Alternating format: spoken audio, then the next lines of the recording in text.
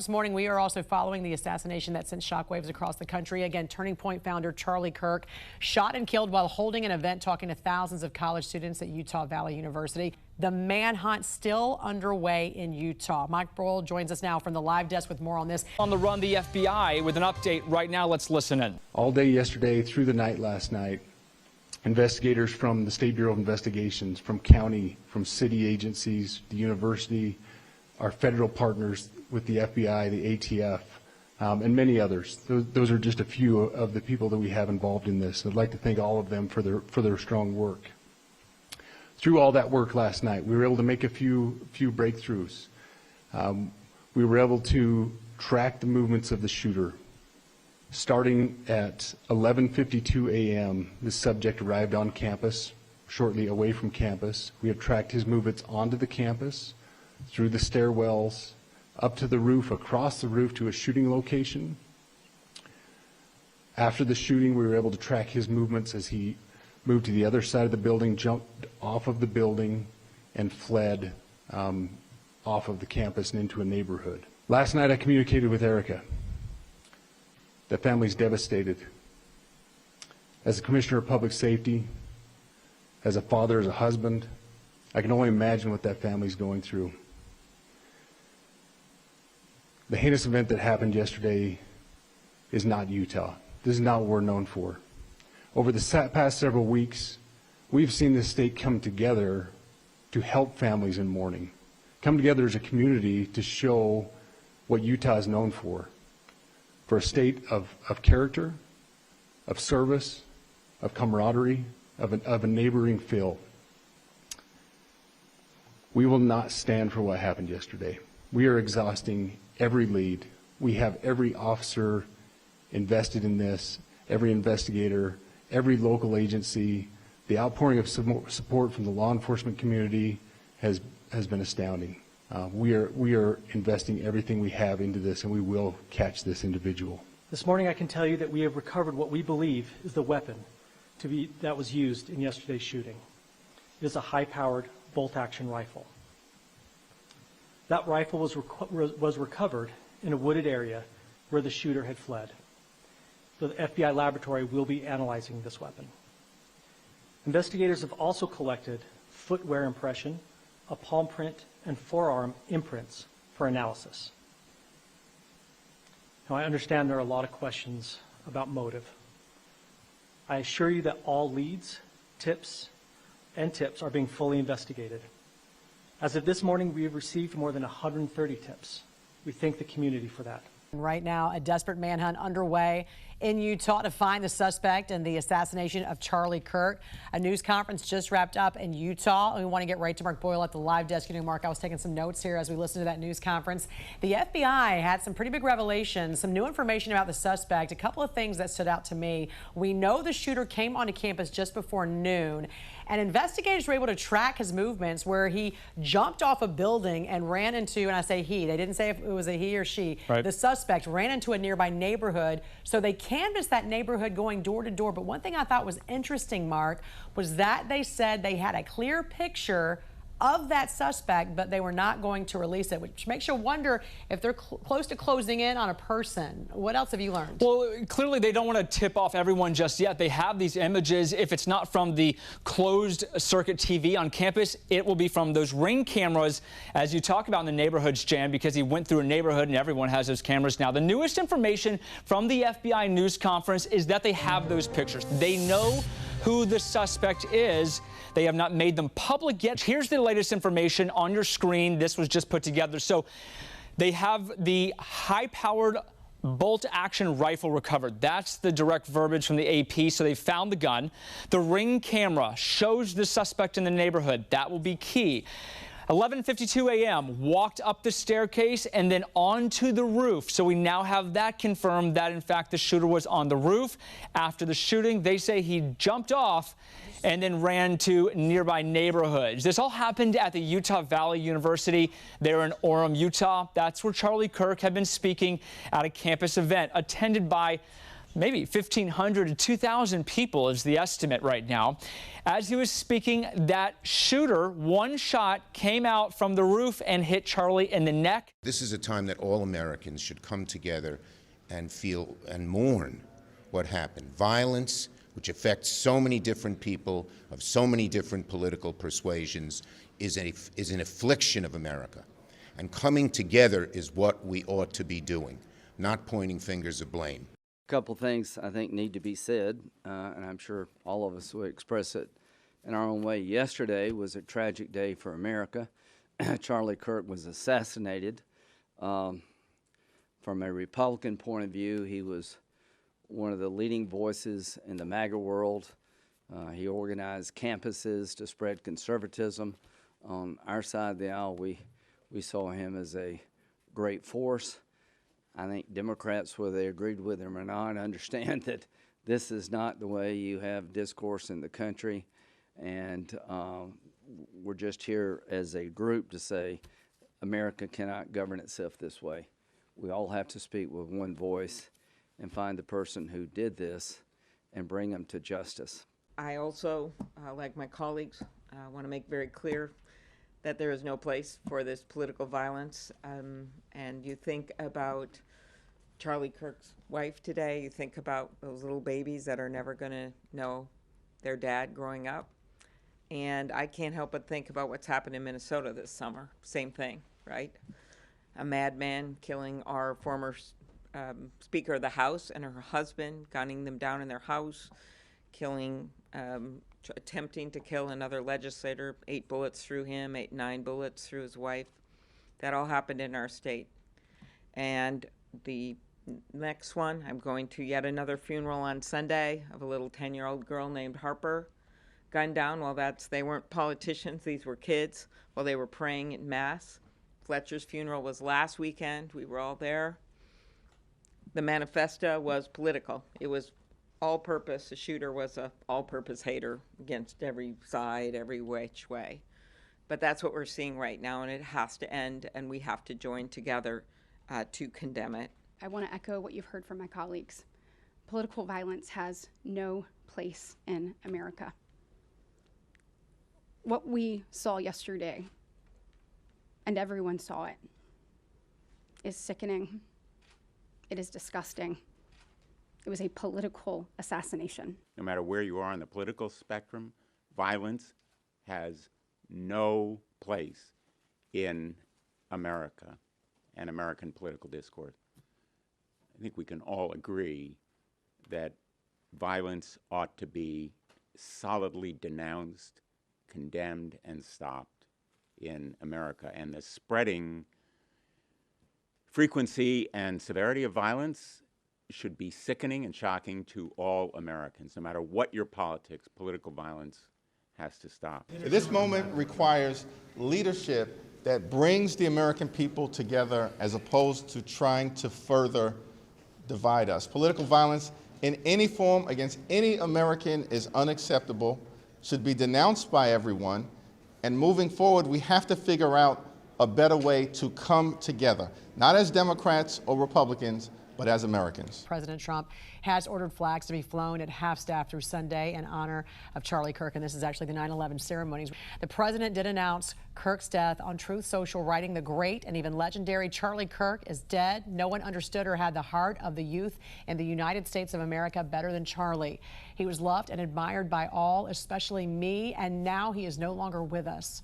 Melania and my sympathies go out to his beautiful wife, Erica, and family. Charlie, we love you. Before we begin, let me express the horror and grief so many Americans at the heinous assassination of Charlie Kirk have felt.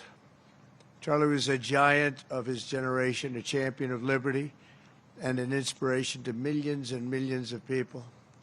Our prayers are with his wonderful wife, Eric, and his beautiful children.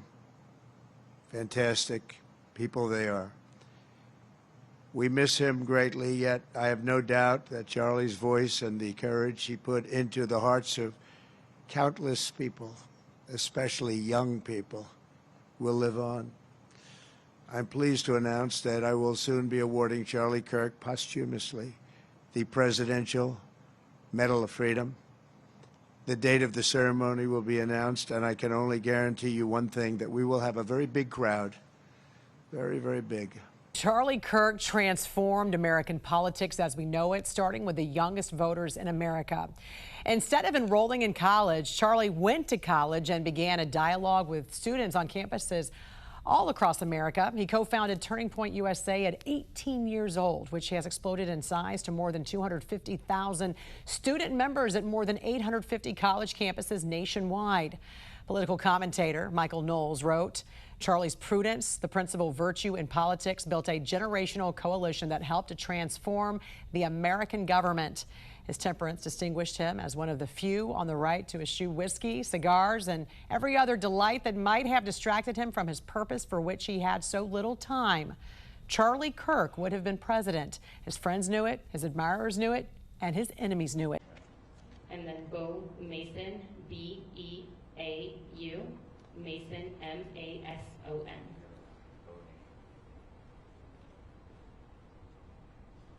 Everybody got that? Perfect. Hi everyone, my name is Hillary Kellner. I'm the Communications Director for the Utah Department of Public Safety. Today we will have two speakers, one representing the state of Utah and one representing our federal agencies. They will be providing some updates as well as a recap of what happened here at Utah Valley University yesterday. We will be able to take a couple of questions after they are done speaking, but it will be short in order to stay in tune with the president speaking at 9:45. So I'll go ahead and introduce Commissioner Beau Mason.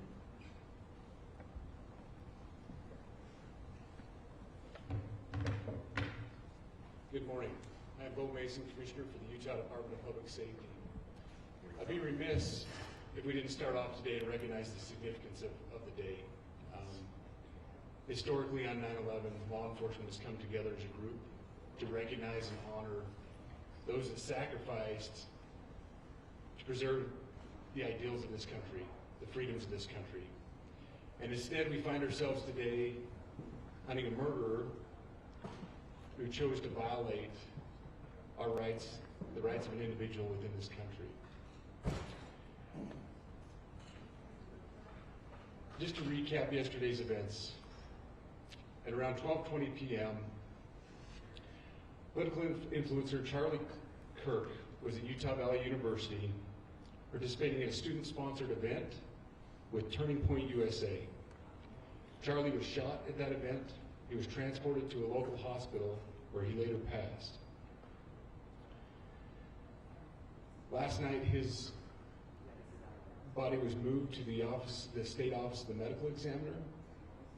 We will continue to facilitate movements to get him home today and with his family. Yesterday, during the investigative process, we located a couple of persons of interest. We interviewed those individuals, and after releasing them and after clearing them of being suspects, they faced scrutiny, they faced threats. We asked the public to be patient with the investigative process. These individuals were not suspects, they were people of interest. We ask that you do not impose into those people and that investigative process. They don't deserve that harassment for being subject to that. I'd like to thank all the investigators that are involved in this. They have worked around the clock. All day yesterday, through the night last night, investigators from the State Bureau of Investigations, from county, from city agencies, the university, our federal partners with the FBI, the ATF, and many others. Those are just a few of the people that we have involved in this. I'd like to thank all of them for their strong work. Through all that work last night, we were able to make a few breakthroughs. We were able to track the movements of the shooter. Starting at 11:52 a.m., the subject arrived on campus, shortly away from campus. We have tracked his movements onto the campus, through the stairwells, up to the roof, across the roof to a shooting location. After the shooting, we were able to track his movements as he moved to the other side of the building, jumped off of the building, and fled off of the campus and into a neighborhood. Our investigators have worked through those neighborhoods, contacting anybody they can with doorbell cameras, witnesses, and have thoroughly worked through those communities, trying to identify any leads. We do have good video footage of this individual. We are not going to release that at this time. We are working through some technologies and some ways to identify this individual. If we are unsuccessful, we will reach out to you as the media and we will push that publicly to help us identify them. But we're confident in our abilities right now, and we would like to move forward in a manner that keeps everyone safe and moves this process appropriately. Last night I communicated with Erica. The family's devastated. As a commissioner of public safety, as a father, as a husband, I can only imagine what that family's going through. The heinous event that happened yesterday is not Utah. This is not what we're known for. Over the past several weeks, we've seen this state come together to help families in mourning, come together as a community to show what Utah is known for a state of character, of service, of camaraderie, of a neighboring feel. We will not stand for what happened yesterday. We are exhausting every lead. We have every officer invested in this, every investigator, every local agency. The outpouring of support from the law enforcement community has been astounding. We are investing everything we have into this, and we will catch this individual. Having walked through the crime scene, through the hallways of this school, through the classrooms, I can't imagine what the people on scene felt as well. A horrific event where some of them barricaded in classrooms, some of them ran in fear. Can't overstate the tragedy and the horrific event that yesterday was, and how we will work to bring to justice the actions of one individual or any other individuals that assisted in that. Our state has gone through a lot, and we will come out successful. With that, I'll turn the time over to Special Agent Rose. Good morning. My name is Robert Bowles, and I am the Special Agent in charge of the Salt Lake Field Office. Following yesterday's tragic shooting of Charlie Kirk, FBI agents have been working around the clock in coordination with our law enforcement partners. We are and will continue to work nonstop until we find the person that has committed this heinous crime and find out why they did it. This morning I can tell you that we have recovered what we believe is the weapon that was used in yesterday's shooting. It is a high-powered bolt-action rifle. That rifle was recovered in a wooded area where the shooter had fled. The FBI laboratory will be analyzing this weapon. Investigators have also collected footwear impression, a palm print, and forearm imprints for analysis. Now, I understand there are a lot of questions about motive. I assure you that all leads, tips are being fully investigated. As of this morning, we have received more than 130 tips. We thank the community for that. The FBI has brought every resource to bear, and we will continue to do so throughout the course of this investigation. The FBI's mission is to protect the American people. It's to uphold the Constitution of the United States. Any attack on the First Amendment is an attack on the very foundation of our democracy. That is why we will relentlessly pursue this case and the shooter until we find him. We also continue to grieve with the family and the community. It's our community. If you have any video or images from the shooting, we ask you to please submit them to our digital media tip website at www.fbi.gov/Utah Valley Shooting. The FBI at 1-800-CALL-FBI. We truly rely on the public's help in these types of cases, and no tip is too small or insignificant. Thank you. Commissioner James Matthews from Sky News. Can I ask a about the shooter. There's clearly information about him or her. You say you're confident at this stage in terms of tracking down who they are. Can you talk to us about their movements, their demeanor? Do you think it's a man? And also, can I ask, what were the security arrangements in place? Was that roof being monitored? It's a question many people will have, particularly after Pop. So what I'll release about the suspect is suspect blended in well with a college institution. We're not releasing any details right now, and we will soon, but right now we're not. But that individual appears to be of college age. We are confident in our abilities to track that individual. If we're unsuccessful in identifying them immediately, we will reach out for the public's help and the media's help in pushing those photos. That was a new development overnight, working through the night, studying those cameras. So that's something that's new and that we're working through right now. As far as the security, I cannot speak to that. Neither the Department of Public Safety nor the Federal Bureau of Investigation was involved in the planning or security of this event, and that'll have to be a question later for other agencies. Mr. Lady in charge, I wanted to ask you, you mentioned that you found the gun in a wooded area. Do you believe that the suspect could be hiding in the woods, and is that suspect possibly still in this area? So that's a good question, and it's a question that goes to the safety of the community, right? No, not in those woods. We walked through those woods and secured it. As to the community, I can tell you that this was a targeted event. We don't believe the community is at risk. However, we are exhausting every resource to find him, and we will do so. Special Agent Beau, with the BBC, from the images you have, can you see clearly the suspect's face? You say he's college age. Do you believe he was from this university? And how far do you think he may have gone in this time span? So I can't comment specifically on his face or any details such as that, as it's continuing to be a part of the investigation, and again, we'll release that shortly. However, we're doing everything we can to find him, and we're not sure how far he has gone yet. And you do believe it's Beau? But you have a clear image of his face?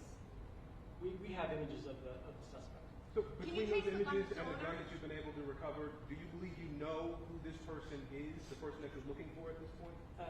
Again, as part of the investigation, we're not releasing any details such as that. Any fingerprints or DNA? We are exhausting all of our resources to be able to collect those, but that's, again, part of the investigation. How did the suspect get on the roof? Excuse me? You said you found the weapon. Have you been able to trace back the owner of that weapon or who purchased it? We are working on that, but again, part of the investigation that I can. One last question. Agent Wallace, there's been a lot of turnover at the FBI. Do you think that's impacting the investigation at all? Not at all. We've got complete and total support from everyone, from the director on down, and it's been an incredible supportive environment so far. Are tweets like the one yesterday useful, though, where we announced that there's a suspect in custody? All I can say is that we're working the investigation the best we have with the environment we're given. Those are all the questions for right now. Thank you, everyone.